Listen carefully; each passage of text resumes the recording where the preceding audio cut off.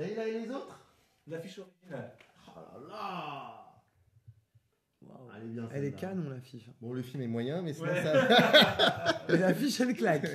C'est Slim. Oui. C'est le seul truc qu'il a fait de bien. Arrête. Oh, je t'en prie. Donc, il faut pas que je te remercie à la fin de l'émission. alors. Pa. Nous, vous êtes bien équipés, les gars. Hein, On commence, on pour un commence. studio, c'est plutôt On classe. commence. Hein. 1 minute. Allez, moi je sors. Tu me regardes de temps en temps comme ça. Oui. Et vous êtes bien équipés, les gars. Hein. On commence, pour un studio, c'est plutôt classe. Hein. Alors attends, je mets...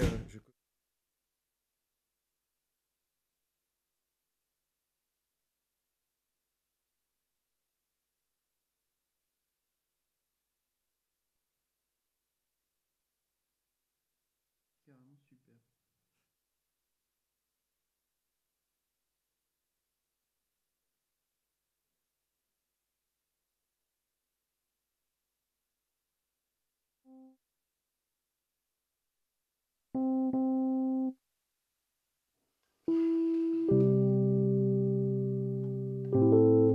Ok, tu me dis. Hein. Ouais.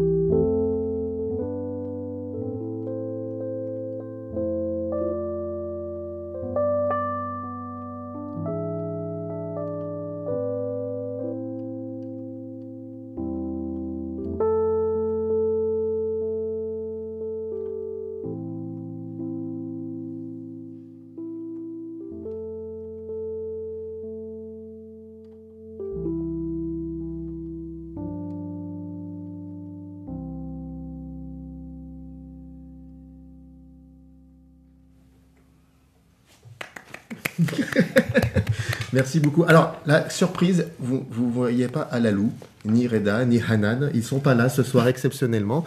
Mais l'ambiance y est. En tout cas, bonjour, bonsoir Luisa, Benrezak, bonsoir Alexandre Saada. Donc, merci pour ce petit intro cohénien. Hein, on a reconnu quand même, alléluia, Leonard Cohen, et non pas... Jeff Buckley, parce qu'on a tendance à croire que c'est Jeff Buckley, mais c'est même s'il en a fait une version extraordinaire. Sublime. Voilà. Et qui sera donc Alexandre, tu es avec nous pendant toute l'émission. On va revenir vers toi, mais en tout cas merci beaucoup pour cette intro. Merci pour l'invitation. C'est normal. Tu interviens quand tu veux sur Dis une bêtise. Je dis excusez-moi, là vous avez dit une connerie, donc C'est voilà. moi qui vais dire de bêtises, je préfère Donc, boucler. mais en tout cas, tu es là grâce à Luisa et on va revenir un peu vers toi après. Mais en tout cas, merci beaucoup pour cette intro, c'est très très sympa. Luisa, comment vas-tu? Plutôt pas mal.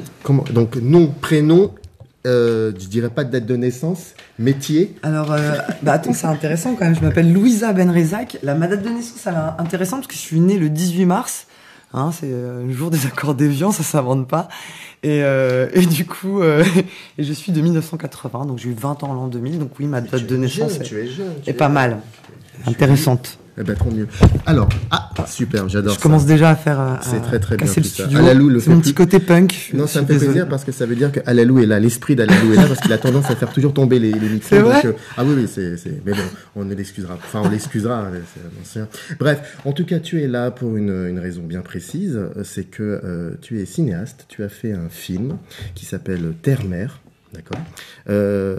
Moi, Jusque-là, je suis d'accord. Voilà, je sais que tu as tendance à contredire avec beaucoup de frénésie celles et ceux qui sont... Bref, en tout cas, tu es là pour Terre-Mer et un film que j'ai découvert cette année, mais je savais que ton film existait depuis l'année dernière parce que tu l'avais montré aux rencontres cinématographiques de Béjaïa. D'ailleurs, j'en profite pour saluer Lilia Aoud et Abdenour Rochiche.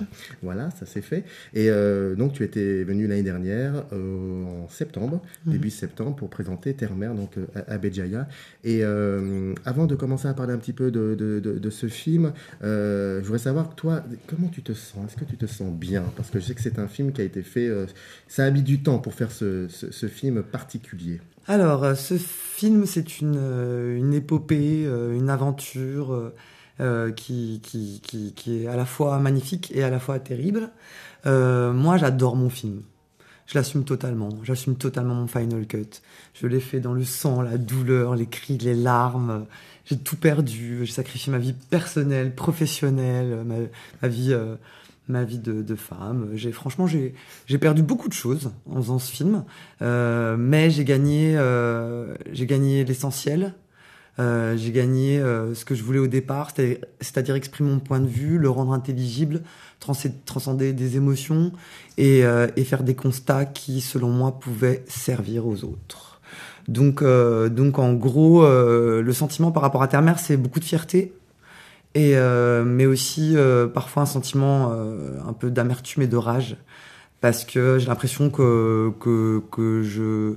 j'ai combattu comme si j'avais commis un crime alors que j'ai juste commis un film.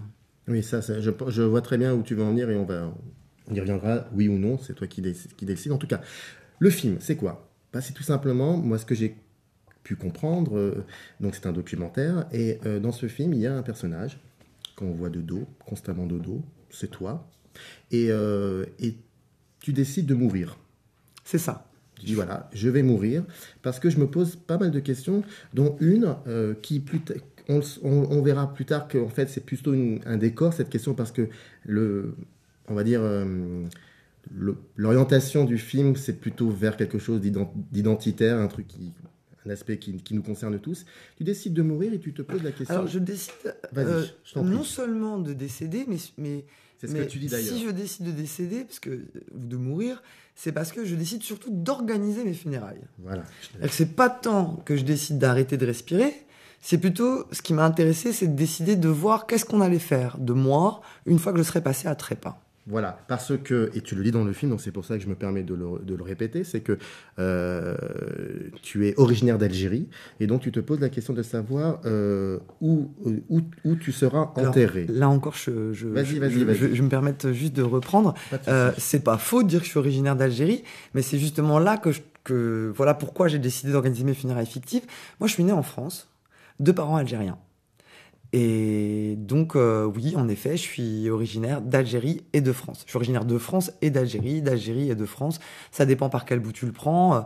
Algérie avant la France, si tu pars du principe que c'est mon héritage familial et qu'on pourrait imaginer que nos parents, ce sont les racines, que nos grands-parents sont les racines, nos parents le tronc et jusqu'aux branches, et que finalement, nous, on est les fruits et puis voilà, que nos enfants sont les fruits et nous, on est plus ou moins sur la branche, quoi. Et on peut pas scier la branche sur laquelle on est assise. Donc, du coup, oui, dans ce cas-là, on pourrait dire que je suis originaire d'Algérie, puis de France. Puis dans un autre sens, quand on est un individu qui a conscience de son parcours d'être humain, finalement, originaire d'eux, ça veut dire qui vient d'eux. Moi, je suis né et j'ai grandi en France. Et même si j'ai quitté la France assez jeune pour aller habiter à l'étranger, je suis aussi et avant tout originaire d'ici en fait. Voilà. Mais dans le film, mais j'ai pas à choisir en fait. Je suis originaire des deux. Oui, c'est ce que je dis souvent. Je suis 100% française, 100% algérienne. Je suis à 200%. Je suis pas 50-50. Mais je te dis, je te rassure, je t'ai pas posé la question. Je sais que tu m'as pas dit ça, mais en fait je le précise parce que je trouve ça troublant en fait, parce que finalement un Français sur 4 a au moins un grand-parent d'origine étrangère, c'est ce que je dis dans le film. Et en fait, je te reprends tout de suite là-dessus, même si toi, je sais très bien que tu as une vision claire sur le sujet, d'autant plus que tu as la même double identité que moi. Parce que, en fait, je veux vraiment qu'on comprenne que moi, je suis parti de mon point de vue personnel, mais en fait, l'organisation des funérailles, c'est pas seulement parce que je suis d'origine algérienne.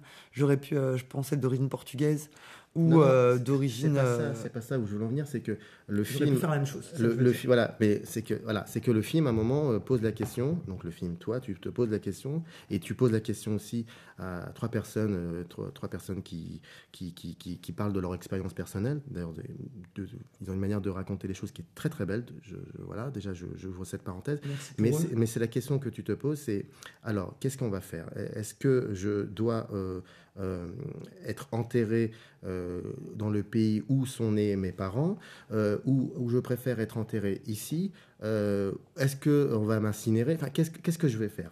Et donc il y a plein de questions, et comme il y a plein de questions, il n'y a pas forcément de réponse. Et le film commence. C'est ça. C'est ça. En fait, ça, le film, il part de la volonté d'essayer de, non pas de donner des réponses, mais de trouver une façon de parler d'un sujet qui, selon moi, était très difficile à aborder dans notre pays. Et là, du coup, c'est là que le fait d'être algérien dans ma deuxième identité et non pas portugais ou espagnol, là, ça devient pertinent. Parce que je pense que la difficulté à aborder ces sujets en France, elle est liée aussi à ça, à certaines identités, plus que d'autres. Voilà. Le phénomène du rapatriement chez les Portugais, il était tout aussi important. Il y a encore pas très longtemps. Enfin, je dirais la génération de mes copains qui ont grandi avec nous. Donc moi j'ai 38 ans, comme je l'ai dit tout à l'heure. Leurs parents, alors qu'ils sont catholiques, ils ressentaient le besoin de se faire rapatrier chez eux. Mmh. Et du coup, en fait, au départ, c'était ça que je voulais faire, c'était démêler tout ce micmac, en fait, de préjugés, en fait, parce que j'avais l'impression qu'on me renvoyait l'image que, dans le cas des Africains, c'était plus quelque chose une coutume, presque religieuse. Alors que finalement, on relevait pas que les parents de mes potes portugais, ils faisaient la même chose. Là, pour le coup, c'était plus une coutume, c'était juste la nécessité de retrouver leur famille. Donc déjà, ça m'a interpellé. Et en fait, en tirant la pelote, je me suis aperçu qu'effectivement, il y avait un mystère qui se cachait derrière, particulièrement l'identité franco-algérienne. Et on va pas tout dire, c'est dans le film, mais effectivement, c'est quand on aborde cette enquête. Et du coup, c'est ce qui m'a donné envie de faire cette enquête. Cette enquête à la fois personnelle, métaphysique, administrative et géographique. Ce voyage presque mystique pour essayer de finalement comprendre pourquoi tout à coup le mystère il était plus particulier dans cette identité-là. Voilà. D'accord. On va peut-être commencer déjà à voir la bande-annonce du film. Comme ça, déjà... C'est pas une bande-annonce, pardon. Ouais. Alors... C'est un petit montage que j'ai fait exprès pour l'émission. C'est ça, en fait, parce qu'on a beaucoup discuté avant cette émission pour la préparer, et tu m'as proposé très gentiment, généreusement, de nous donner une espèce d'aperçu, on va dire, de ce qu'est le film, de ce qu'il représente, de ce qu'il a en lui, quoi, de son ADN. Oui, parce qu'en fait, dans la situation du film, là, le film il est terminé, hein, mais là, je suis en train de préparer un teaser. Il y a vu que la situation du film a été un peu chaotique, donc là je suis en train de finaliser des choses toutes bêtes comme un nouveau générique, mais sinon du coup le teaser il est pas prêt, donc j'ai décidé de vous faire une petite vidéo pour que vous puissiez quand même, les gens qui nous écoutent ou qui nous regardent, que vous puissiez avoir une idée de la mise en scène et pas seulement du sujet. Donc on regarde cette vidéo et ensuite après on repasse à toi, Alexandre, d'accord? Allez. 1m83. Est-ce qu'il est fort de taille ou comment? Non, épaulement. Oui, c'est pour ça. Parce que parfois, l'épaulement, c'est... Hein.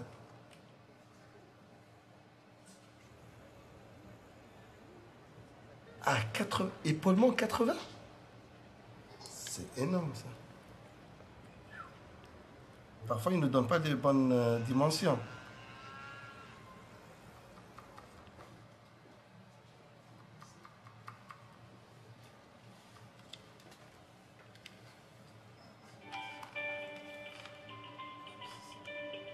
Comme on trouve chaussure à son pied, il faut chercher un cercueil à sa taille.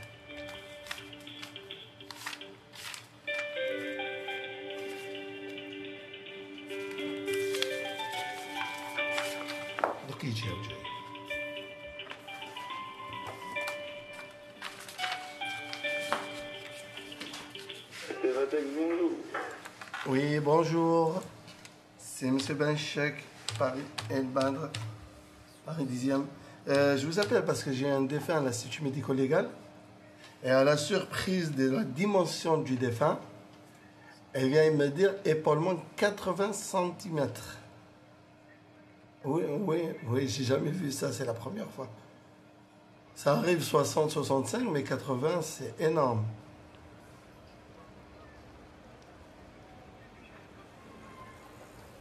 Du chêne. Et il fait combien épaulement? D'accord, il est en forme parisienne. Export. D'accord, sinon je vais faire un petit tour là-bas pour voir avec eux. Ouais, je vais prendre un mètre, je vais mesurer parce que parfois, c'est vrai, ils ne donnent pas les bonnes dimensions. Un jour ordinaire de vacances en Algérie, en visite au cimetière du village, mon père me dit que c'est ici qu'il sera enterré, auprès de son père.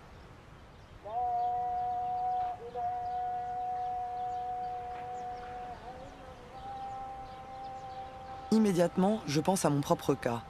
Dans mon imaginaire de petite fille, j'ai peur que les esprits ne me laissent pas rentrer en Algérie, moi qui suis née en France.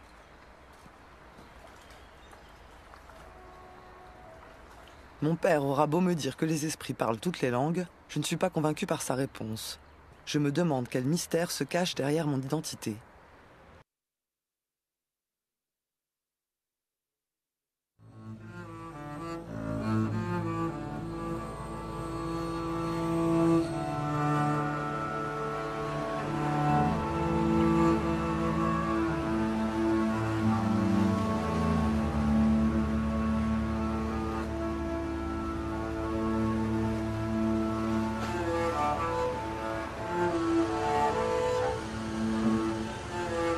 J'arrive.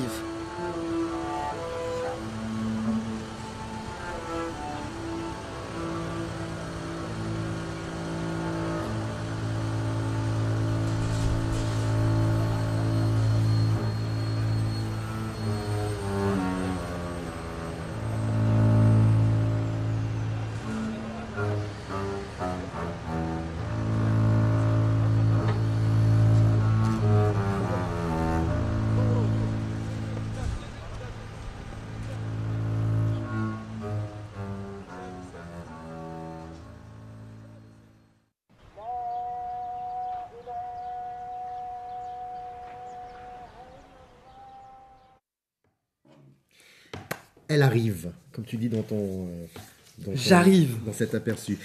Je me retourne vers toi, Alexandre. Et alors, rapidement, pourquoi il est là, lui? Je connais Hada. Tu es qui? Alors, Alexandre Saada et moi, on s'est rencontrés dans un spectacle international dans lequel on a joué au Palais de Tokyo il y a pas l'hiver là, mais l'hiver d'avant.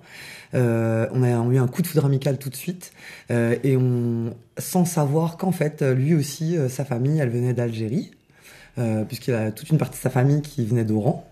Et du coup, on a construit notre amitié depuis. Et en fait, il se trouve que je l'ai invité parce que tu m'as donné la possibilité d'inviter un artiste musicien et que j'ai pensé à lui tout de suite. Alexandre, il est juif et algérien. Et d'ailleurs, moi, je l'appelais Lagdar, comme les noms de mes grands-pères. C'est comme ça, c'était ça la blague au départ. Je l'ai surnommé Lagdar instinctivement, sans savoir qu'il était juif et avec une famille d'Algérie. Donc, on a une grosse histoire commune et qui nous lie en fait au lieu de nous diviser. Et je l'ai invité. Et d'ailleurs, le morceau qu'il va nous jouer à l'instant, c'était un morceau que j'avais vraiment beaucoup apprécié, qu'il a sorti environ 1 an et demi, 2 ans. Et en fait, on s'est aperçu il y a peu de temps, quand on a décidé de choisir quel morceau il allait jouer, que ce morceau appartenait au répertoire berbéro-andalou, très ancien, du 15e, quelque chose comme ça. Et donc, voilà, je trouvais ça très pertinent avec ce qui se passe, de montrer que nous, on vit ensemble, on grandit ensemble et on s'aime. C'est un chant révolutionnaire, ce song. On D'accord. parle du vol des hirondelles, qui est une image de la révolution, en général, idéologique. Quoi. Et ça s'appelle Swallow Song. Soit le son. Allez, à toi. J'y vais. C'est parti.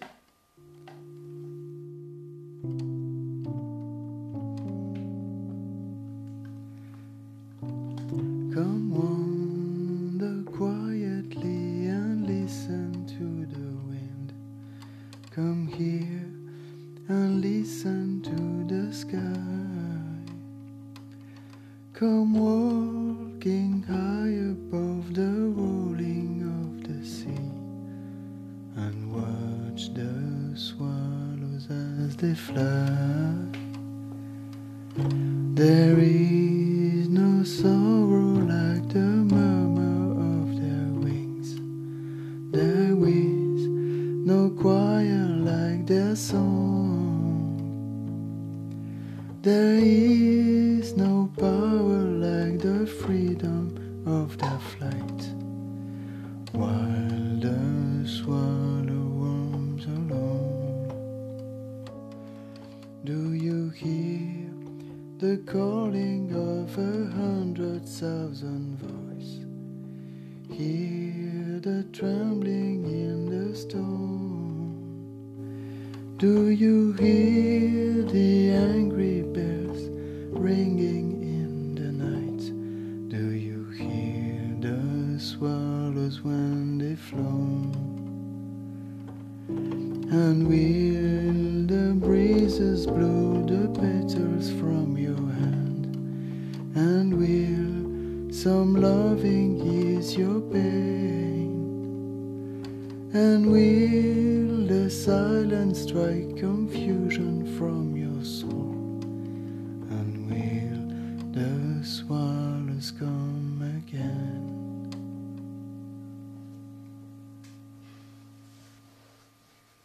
J'adore ce petit silence. Bravo, hein. Bravo. Mais tu ne feras pas que jouer, il va falloir qu'on discute un petit peu. D'accord? En tout cas, bravo, hein. Chapeau. Avant de revenir sur ton film, j'aimerais quand même en parler un petit peu de toi, qui tu es, et puis surtout qu'est-ce qui a fait que tu aies à un moment décidé de faire ce film, d'écrire des scénarios et de faire en l'occurrence ce film. Et je sais qu'il y en a d'autres qui arriveront. Alors, on en a un peu parlé avant l'émission. Il y a une question que j'aimerais te poser. Je pose très souvent aux invités, donc c'est pas extraordinaire, mais ça me permet aussi d'avoir un peu ton rapport à l'image.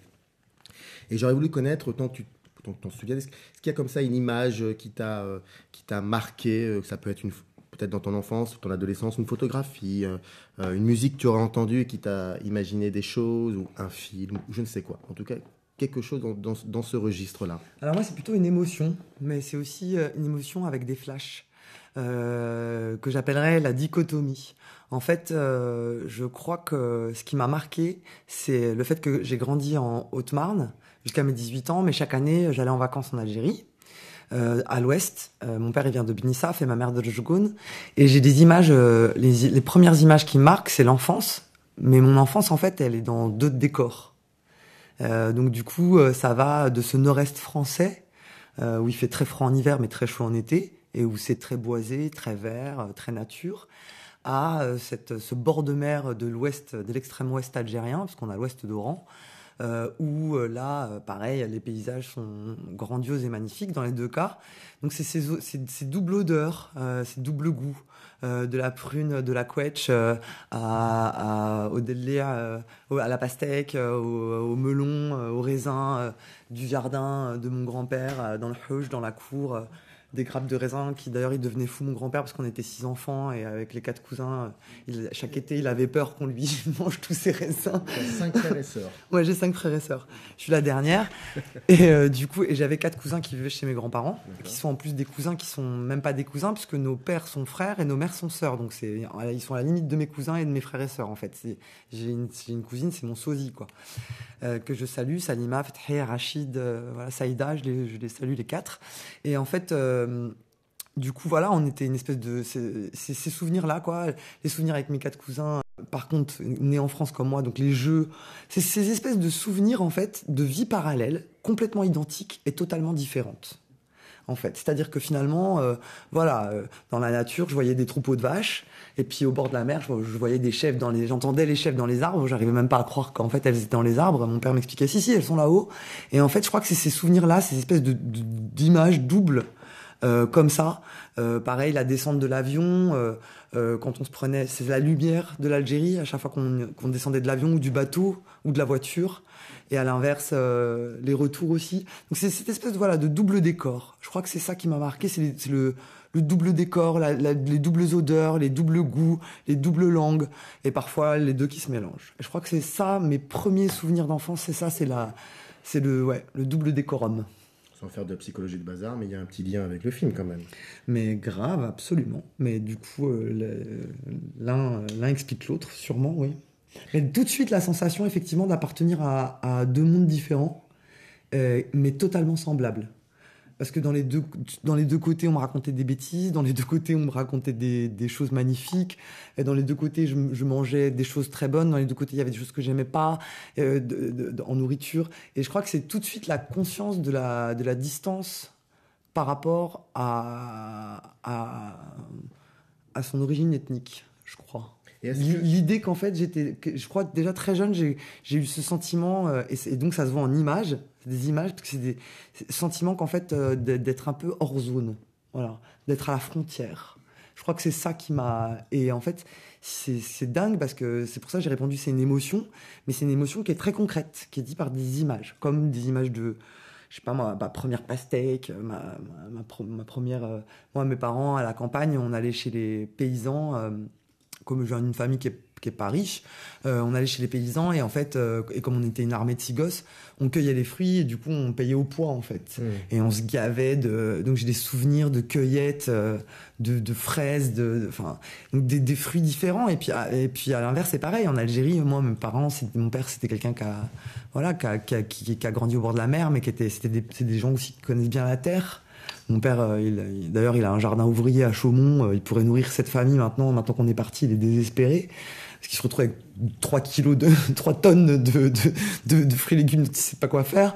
Et voilà, je crois que c'est ça, c'est cette idée que tout de suite j'ai compris que il y avait un mystère derrière mon identité. Donc effectivement, ça rejoint le film ça rejoint Et ça. avant de faire ce film, est-ce qu'il y avait d'autres moyens de pouvoir travailler sur cela, de retranscrire cela? Je parle par exemple la littérature ou le théâtre, ou très vite le cinéma est devenu une évidence pour toi? En fait, je pense que moi j'étais quelqu'un mes parents ne savent pas lire et écrire. Et du coup, et moi je suis la dernière. Et en fait, je crois que j'ai beaucoup lu, moi, très jeune, parce que je m'ennuyais, en fait. Et aussi parce qu'on était beaucoup à la maison. Et en fait, je me rappelle la première fois que j'ai découvert ce que c'était que lire. J'ai lu un livre et quand je l'ai fermé, je me suis rendu compte, j'étais dans mon lit, superposé. On était 4 filles. Et je me suis rendu compte qu'en fait, j'avais réussi à annuler tout l'univers autour de moi pendant des heures et des heures. Et je me suis dit, c'est ça lire, en fait. Tu peux te barrer, en fait. Tu peux, ce que certains appelleraient l'évasion. Moi, j'ai vraiment, en tant que petite fille, j'ai ce souvenir très précis. D'ailleurs, je peux dire que c'était La Peste d'Albert Camus. Non, c'est pas ça. C'est un peu plus tard, après. C'était pas ça. C'était pire que ça. C'était les contes de l'Iliade et de l'Odyssée. En version Fernand Nathan, qui était hyper accessible pour les gamins. Parce que La Peste, c'est quand même pire. Je l'ai lu hyper tôt. Mais moi, je pense que j'ai lu des livres trop tôt. J'ai lu Machiavel, Le Prince à 14 ans. J'ai lu des livres trop tôt et je les ai pas compris. Et je les ai compris après. Mais j'ai beaucoup lu. C'est pour ça que j'ai toujours, après, plus tard, à l'âge adulte, toujours travaillé grâce à ma capacité à rédiger, à parler en public. Parce que pour avoir un bon orthographe et du vocabulaire, faut lire. En fait, il n'y a pas de mystère. Ça s'invente pas. Et du coup, j'ai beaucoup lu. Donc, au départ, c'était les livres. Mais très vite, au collège et au lycée, je me suis retrouvé avec une bande de potes qui étaient fascinés par la BD. Et en fait, j'ai eu une association de BD au lycée, etc. Et aussi, très vite, comme j'étais la dernière, j'avais pas trop voix au chapitre. Donc j'ai bien développé mon sens de la punchline, parce qu'il fallait se défendre face aux grands frères et sœurs. Parce que c'était quand même, on était une famille où les grandes familles, la caricature des enfants d'immigrés, père ouvrier, mère femme de ménage, voilà. Et en plus, on a tous fait du sport. Donc il y avait ce truc des grandes familles nombreuses où il y a un peu de compète. Et je pense que j'ai développé déjà mon besoin de m'exprimer et ma nécessité de prendre ma place par une capacité à m'exprimer, et j'avais que les mots vu que j'étais la dernière. Donc je pense qu'il y avait ça, il y avait le fait que pour exister, il fallait m'exprimer. Pour prendre ma place, il fallait m'exprimer. Donc tout de suite, sans même un point de vue artistique, c'était une nécessité de survie familiale, et puis même en dehors de la famille, à l'école aussi. À l'école, face aux autres, finalement, je voyais bien, on me faisait sentir déjà bien que j'étais pas une Française de souche. On me revoyait toujours à mon identité algérienne. Et je crois que j'ai pris ma place aussi en m'exprimant face aux autres. J'ai pris ma place comme ça, en parlant. Donc déjà, il y avait des espèces de velléités, de capacité à jouer, etc. Et je crois que j'avais déjà ce truc où je pouvais jouer, etc. J'ai chanté aussi au lycée, tout ça. Et puis j'avais ce truc de BD. Donc l'art graphique de la BD, ça rejoignait mon goût pour les mots, parce qu'il y a un vrai goût pour les mots. Et tout de suite, c'était déjà le goût de la découpe en séquence.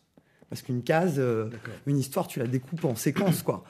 Et je pense que la télé, elle tournait pas mal à la maison. Et puis aussi, mon père, il était ouvrier, mais il adorait un certain cinéma. Donc tous les Bruce Lee, mais je pense que il y a beaucoup, quand j'en parle à mes copains, c'est rigolo, il y en a plein, c'est la même chose. Ouais, les fils d'ouvriers, souvent algériens ou pas d'ailleurs, hein. Mais ça c'est à mourir de rire. Voilà, Bun Spencer et Terence Hill pour ceux qui connaissent, tous les Charles Bronson, tout quoi, les John Wayne, tous les qu'est-ce que je loupe là, mais Un cinéma de genre. voilà, les cinémas de genre en fait. Et du coup, on avait une tradition le samedi parce que mon père travaillait de nuit, il travaillait beaucoup, on le voyait pas. La journée, il fallait pas faire de bruit parce qu'il se reposait en plus. Et tous les samedis, on allait au vidéoclub. Mhm. Il avait acheté une carte et on avait le droit à 2 cassettes vidéo chacun, en fait. Donc c'était lâcher lâcher des petits Ben Rezac dans le vidéoclub et c'est comme mon père est quelqu'un qui est très équitable. Alors, quand on avait un sac de clémentines, s'il restait des clémentines en plus, il avait un jeu. Il nous disait il y a combien de quartiers dans la clémentine. Celui qui était le plus proche du nombre de quartiers gagnait la clémentine. Donc là, par contre, il y a toujours une histoire de compétition dans ta, ouais, dans ta toujours, famille. Hein. toujours. Si je peux me permettre. On était des athlètes, c'est clair, on lâchait rien. Mais je pense que c'est un truc de famille nombreuse et que c'est un truc aussi de fils d'ouvrier, ça. Vraiment, c'est un truc de fils d'ouvrier parce que nos parents et de femmes de ménage, parce qu'en fait nos parents ils en chiaient tellement que je pense que nous on avait une grosse pression de nos parents, de la société, et que du coup nos premiers les premiers gens avec qui tu rivalises finalement, avant que ce soit tes copains dehors, c'est tes frères et sœurs en fait. C'est la famille, c'est une première cellule en fait, c'est une première société. Du coup, je crois que j'étais bien armé pour aller vers les autres ensuite ailleurs. J'avais pas trop peur parce que j'avais du gros calibre dans mes frères et sœurs. D'ailleurs, ils ont tous réussi. Et le cinéma, ça vient beaucoup plus tard. Mais du coup, ces cassettes vidéo, c'est déjà le cinéma. C'est que le cinéma, c'est pas qu'au cinéma, c'est aussi c'est le jour où il achète ce magnétoscope, mon père, moi je suis toute petite, je veux dire, c'est plus la télé, c'est nous qui choisissons le film, c'est déjà le cinéma en fait. Et on passe de la petite télé en noir et blanc à la télé un peu plus grande avec le magnétoscope, mais déjà assez vite. Et en fait, ce principe de choisir ton film et d'accepter le choix des autres, c'était déjà une espèce de mini cinémathèque à la maison. Donc je pense qu'il y a ça, il y a le verbe. Il y a le fait que j'avais déjà des grosses envies culturelles et je les exprimais à l'école et en dehors, alors qu'en fait ma vie elle était légiférée par la pratique du sport déjà à l'époque, parce que mes frères et sœurs et moi on faisait beaucoup de courses à pied et c'était beaucoup de notre temps. Et pourtant j'avais le temps de faire tout le reste, parce que aussi je pense que puis je venais d'une petite ville de campagne, donc fallait bien qu'on s'occupe, c'est sûr. Mais je crois aussi que plus tu fais des choses, plus tu es capable d'en faire. Et je crois que c'est parce que j'avais cette discipline avec la course à pied, tout ça, cette vie bien réglée de nos parents qui voulaient vraiment qu'on soit carré, ça m'a emmené vers les activités artistiques et tout de suite j'ai trouvé ma place. Tout de suite j'ai vu que j'avais quelque chose avec ça et que effectivement j'avais des facilités pour créer en fait. Et donc tu me disais pendant qu'on préparait l'émission que pardon si tu m'interromps si je me trompe, entre 21 ans et 30 ans, quelque chose comme ça, donc pratiquement 10 ans de ta vie, tu as vécu à l'étranger, et il y a eu un moment où tu as comme tu me le disais, bouffé du film. Mais beaucoup de films, donc de tous les genres, tout confondu, des documentaires, de la fiction, des films, j'imagine, de nationalités diverses. Et là, il y a quelque chose qui se passe. Ouais. Je pars à Prague pour faire ma maîtrise d'histoire contemporaine en Erasmus à l'époque. Et je suis assez jeune quand même, genre 21 ans, puis en plus je pars l'année d'avant.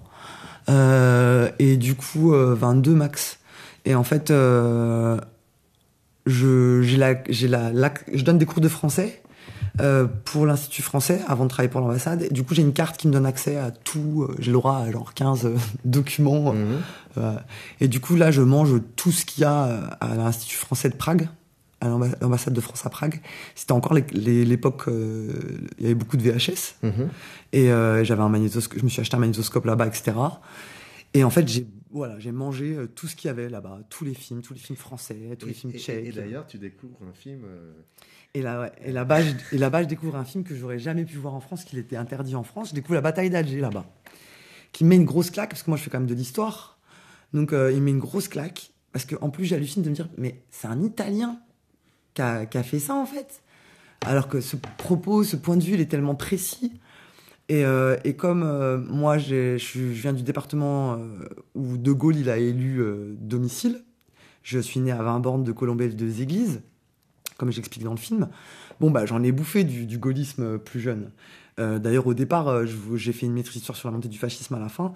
Mais au départ, c'était pas ce que je voulais. Mais cela dit, je ne le regrette pas. Et franchement, je referai pas le parcours à l'envers pour rien au monde. Je suis très fier d'avoir travaillé sur ce sujet. Cela dit, c'est vrai que du coup, j'avais je me disais, j'arrivais pas à voir la question algérienne, en tout cas, j'avais pas le sentiment qu'elle était traitée autrement que dans les livres, de façon intelligible pour les autres. Et puis à 20 ans, je tombe sur ce film qui ressemble à un documentaire en plus et qui ne l'est pas du tout. Et du coup, je me prends une grosse claque. Et je me dis, ça, c'est ça que je veux faire. Je veux être capable de pouvoir raconter quelque chose qui peut faire changer les choses, qui peut faire déconstruire un fait. Et là, je découvre que le cinéma a cette puissance-là, peut-être même plus que les livres. La bataille d'Alger, réalisée par Gillo Ponte-Corvo, entre parenthèses. Alors, on va regarder avant de commencer à parler maintenant de l'intérieur de ton film, Terre-Mer, comme on dit, on va regarder une deuxième vidéo, qui n'est pas une bande-annonce, qui n'est pas peut-être un aperçu de quelque chose, d'un autre projet. J'aimerais que tu m'en parles un petit peu de cette vidéo avant qu'on la voie, parce qu'elle est très particulière. Ok. Et qui rejoint un peu ce que tu nous as dit là à l'instant en même temps, je trouve. C'est bien. Dans mon film Terre-Mer, je mets en scène mes funérailles fictives. Donc forcément, j'aborde la notion de la trace de la vie d'un homme, parce que le corps, la sépulture, finalement, c'est la trace d'un homme. Même si t'es dans une urne, même si tu te fais incinérer, finalement, ton urne, faut bien la mettre quelque part. Surtout que maintenant, il y a une nouvelle législation qui fait que t'es obligé de la mettre quelque part, ton urne, ce qui n'était pas le cas avant. Et en fait, du coup, la notion de trace, c'est quelque chose qui m'a toujours beaucoup intéressé. Donc, j'ai fait quelque chose qui relève plus d'un sujet de société, qui concerne la société française, mais aussi qui a un point de vue plus universel. Maintenant, dans mon travail, je pense que je serai toujours un peu parcouru par ça. Et pour mon deuxième projet, et puis même après avoir fait le film, j'ai eu le sentiment que j'avais en moi des choses que je découvrais de mon histoire personnelle, familiale, qui rejoignaient cette notion de trace. J'ai perdu ma mère en 2010 et j'ai découvert quelque chose qui m'a donné envie, un document. Et puis mon père, il y a pas longtemps, m'a donné un texte alors qu'il savait pas lire et écrire, et du coup tout ça entre 2010 et là, j'ai eu 2 traces physiques de papier qui venaient de ma famille. Et chez nous, on n'a même pas beaucoup de photos de nous d'ailleurs, et en plus on n'est pas très trace physique quoi.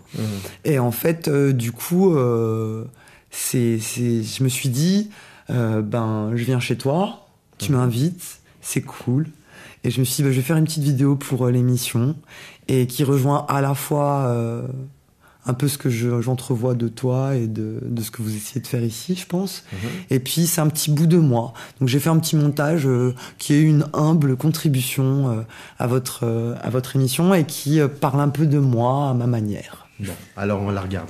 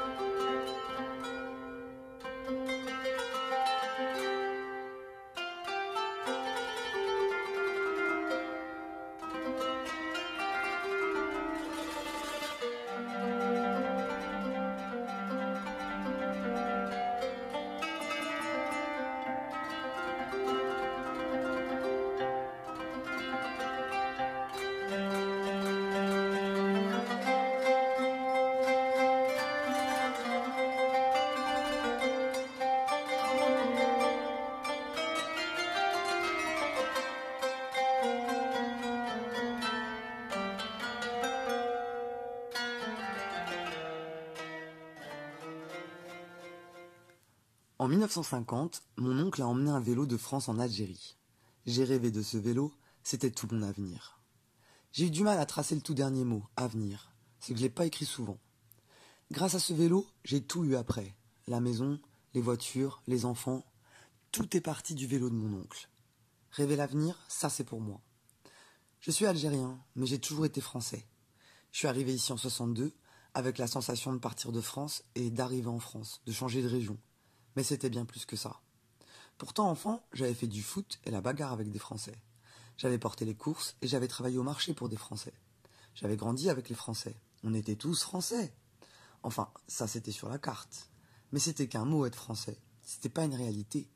J'avais pas compris, moi, que c'était toujours bien pratique d'avoir un raton sous la main, le bougnoul de service toujours là. Beaucoup, c'était jamais trop pour moi. Je rechignais pas aux affaires. Maintenant, j'ai plus de 70 ans, ma vie est derrière moi, mes enfants sont tous français, et finalement, je suis le seul de la famille à être algérien. En fait, je ne suis ni français ni arabe. L'important, vraiment l'important, c'est que mes enfants travaillent et qu'ils touchent l'euro. Le reste, c'est les soucis d'un vieux maçon qui a passé sa vie à faire un travail d'arabe dans un pays qui voulait pas de lui.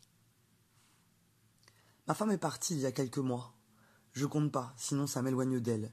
Je préfère dire il y a pas très très longtemps. Comme ça, son odeur reste encore un peu près de moi. Je vais vieillir ici.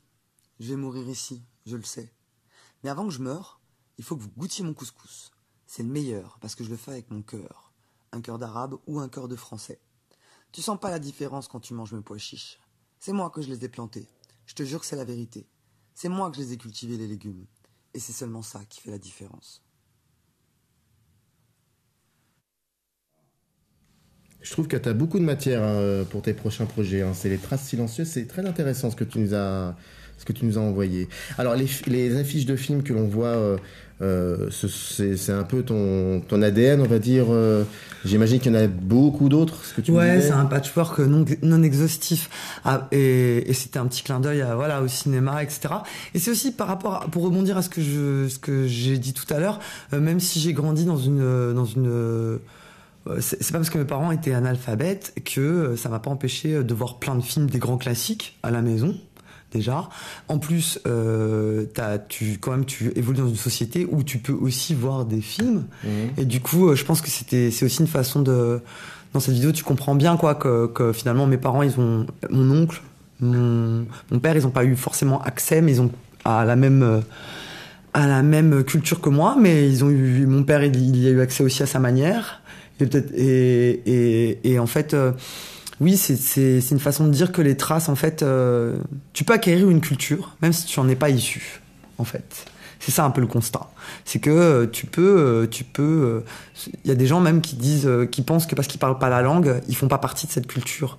Une culture, c'est pas qu'une langue, c'est pas qu'une nourriture, c'est pas qu'une odeur.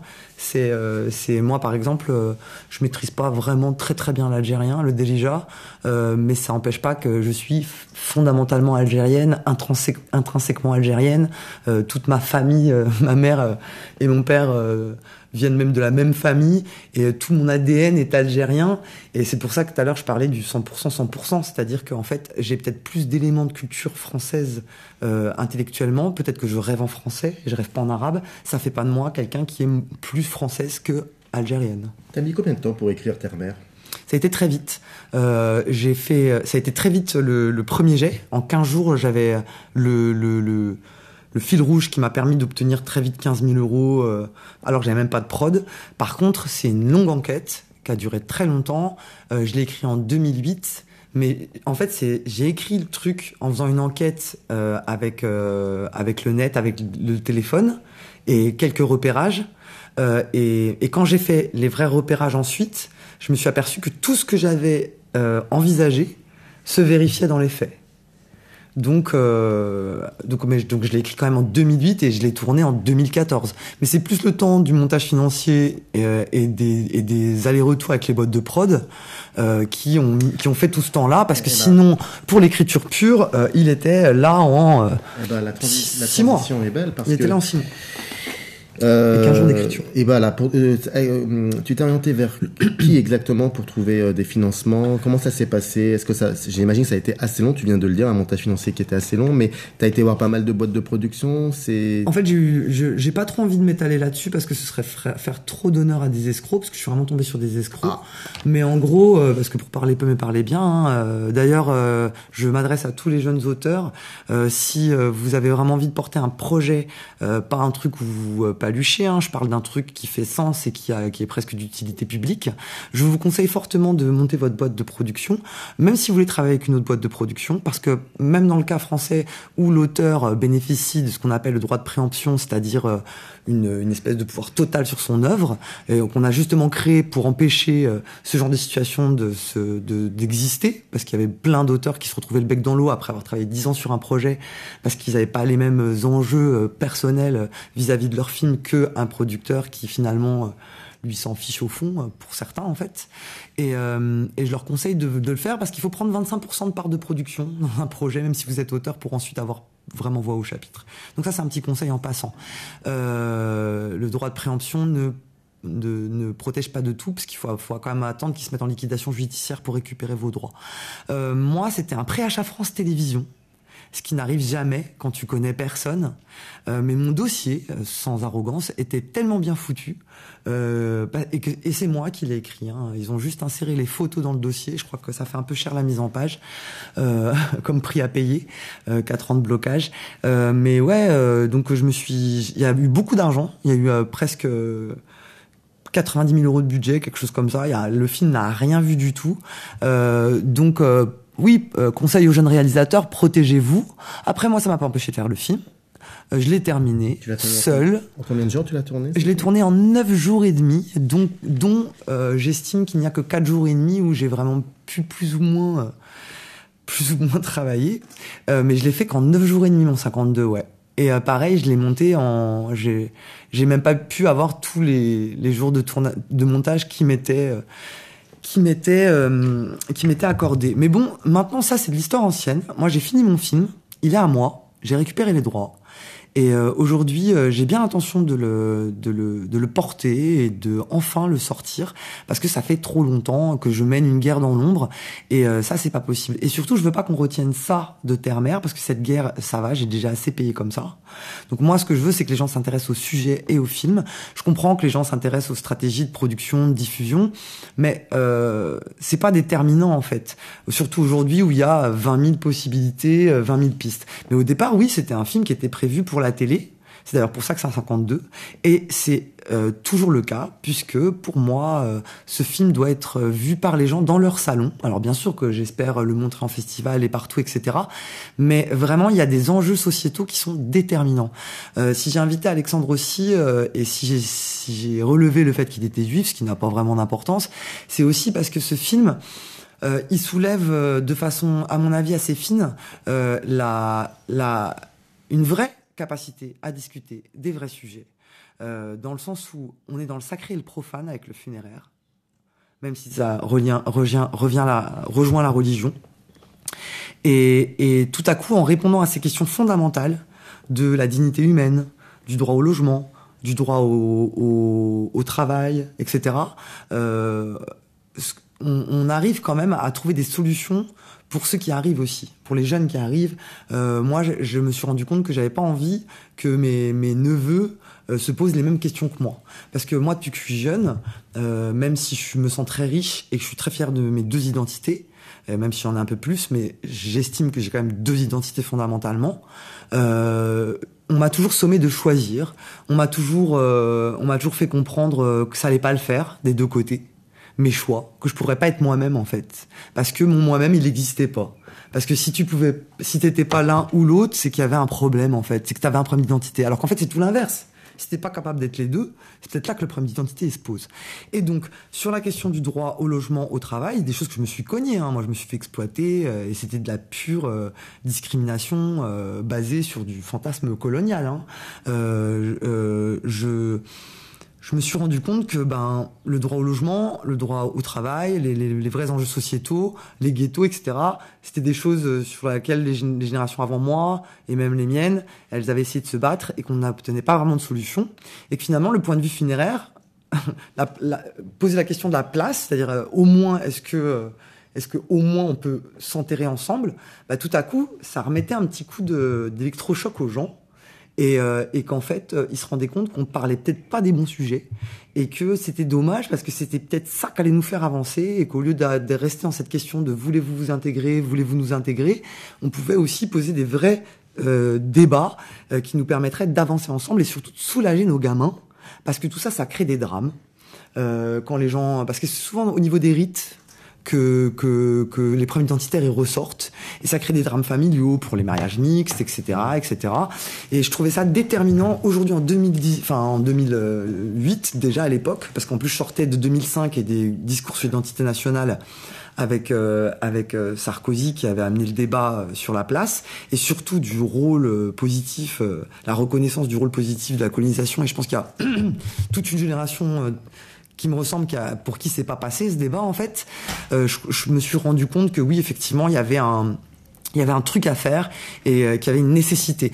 Moi, ce film, je le défends comme je suis pas une politicienne, je suis une artiste. Par contre, c'est pas n'importe quel film pour moi. Et au jour d'aujourd'hui, si on veut le voir, comment on fait? Alors, j'organise bientôt une projection. Ah, voilà. Alors, c'est un petit peu comme les Technivals. Je vous donnerai pas tout de suite le lieu, mais je peux vous dire que normalement, j'ai eu rendez-vous ce matin et je vais organiser une projection dans pas longtemps, dans à peu près un mois et demi. Pour ceux qui voulaient le voir, suite aux imbroglios qui se sont passés ces derniers temps, vu qu'il a été annulé dans un festival, etc. Cela dit, comme je l'ai dit, c'est un film qui est destiné à la télévision et j'aimerais vraiment qu'il passe à la télévision française et algérienne. Donc c'est ce à quoi je m'attelle. Après, il y a aussi quand même, j'ai de la chance, c'est-à-dire que malgré la difficulté que je rencontre, j'ai aussi plein de gens qui s'intéressent au film. Donc il y a les scolaires qui le veulent, il y a tout un tas de structures qui le veulent. Donc moi, je pense que vous allez bientôt le voir et j'espère surtout dans votre salon. Eh ben, comme on dit, Inch'Allah. Inch'Allah. Maintenant, on va se retourner vers Monsieur Alexandre Saada, donc qui, avant de nous interpréter une chanson surprise, on va dire ça comme ça, hein, quelque chose de ce genre-là. Ouais. Et j'aimerais bien que, tu nous l'avais présenté effectivement un petit peu, mais tu nous l'as présenté surtout au niveau de la rencontre que tu avais eue, la première fois que tu l'avais rencontré. Je me suis perdue en fait, mais je pense que c'est ça que je voulais juste faire avant que tu me poses la question, j'ai juste en fait, dans mon enquête, j'ai découvert que les Pieds Noirs, ils rapatriaient les corps d'Algérie vers la France aussi. C'est-à-dire c'est la circulation des corps qui est aussi fascinante, et c'est pour ça que je trouve que c'est très bien que ce soit Alexandre qui soit là. Parce que finalement, même s'il y a un Auvergnat qui est monté à Paris, il peut se poser la même question que moi. Bah finalement, là, on est carrément dans le cas des Juifs d'Algérie, ou non juifs, mais des anciens Pieds Noirs. Il y a carrément cette espèce d'échange-retour qui est fascinant. Donc, et d'ailleurs, je crois que tes grands-parents sont encore, t'as encore de la famille qui est enterrée là-bas, en fait. Alors en Algérie, je crois que t'as encore des arrière-grands-parents. T'as encore des arrière-grands-parents enterrés là-bas. Mais c'est vrai que ça pose la question de la liberté de ton corps. De ton corps, voilà. Donc c'était aussi pour... Tu vas partir même après ta mort à un état et à des lois, quoi. Donc voilà. Donc, en dehors du fait que je trouve que c'est un grand artiste et qu'en plus il fait partie de mon deuxième projet, j'ai commencé à faire des repérages et il est dans mes repérages. En dehors de ça, il y a le fait qu'on a une histoire commune et puis voilà, et le fait aussi que je travaille avec lui pour mon prochain projet. Il est dans mes recherches. Dans mes repérages, il fait partie des gens avec qui j'ai travaillé. Et autant on va l'écouter là maintenant, mais si on veut l'écouter ailleurs, comment peut-on faire? Est-ce que par exemple prochainement il y aurait un concert ou quelque chose? La semaine prochaine, je fais 2 concerts dans un endroit qui s'appelle le Pop-Up du label, avec une artiste qui s'appelle Mélissa Bon. On fait deux premières parties, le 4 et le 8 juin. Et le 16 juin au Sunside avec Madeleine et Salomon, justement. Le duo, et tu veux pas un New Morning aussi? Non, pas longtemps. Là, non. Ah bon, peut-être, hein, dans pas longtemps. Bon, bah maintenant, j'ai envie de te dire, vas-y, okay. On va écouter ça. Alors, je voudrais juste faire une petite dédicace à Oran, évidemment.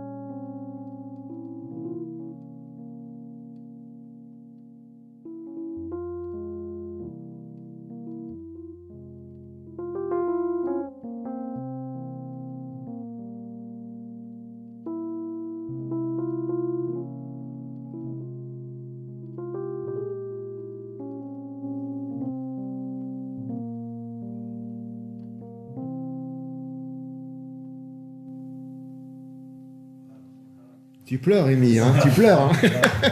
Mais ça, il faut dire que ça fait combien de temps que tu prépares? Enfin, c'est récent, il y a 2 jours, même pas. Il l'a appris hier, je crois. Hier. Avant-hier. En fait, juste un truc. En fait, avant-hier, c'est un de mes morceaux préférés, puis je suis de l'Ouest, donc je lui ai demandé ça. Mais hier, quand on a appris l'information et le fait que je n'arrête pas de vous dire que mon deuxième projet, pour l'instant, le projet provisoire, je l'appelle Trace, c'était, je trouve, très intéressant de jouer au Wahlan Wahlan. En tout cas, on tient à te remercier énormément d'être venu, Alexandre, Louisa aussi. J'espère que ça s'est bien passé. Hein. Bah oui, ça s'est très bien passé. C'est moi qui vous remercie de m'avoir accueilli et vraiment merci beaucoup. La porte est ouverte, tu reviens quand tu veux. Donc, on remercie la mine Boisis, la mine, et je vais faire comme Alalou, Mireille l'Ancien, c'est ça? Méry l'Ancien, en tout cas. Voilà. En tout cas, merci beaucoup et promis, vous retrouverez le véritable Alalou lundi soir, j'espère. Voilà. En tout cas, merci beaucoup Alexandre, merci beaucoup Louisa, et on se retrouve très vite, j'espère. Allez, bye bye.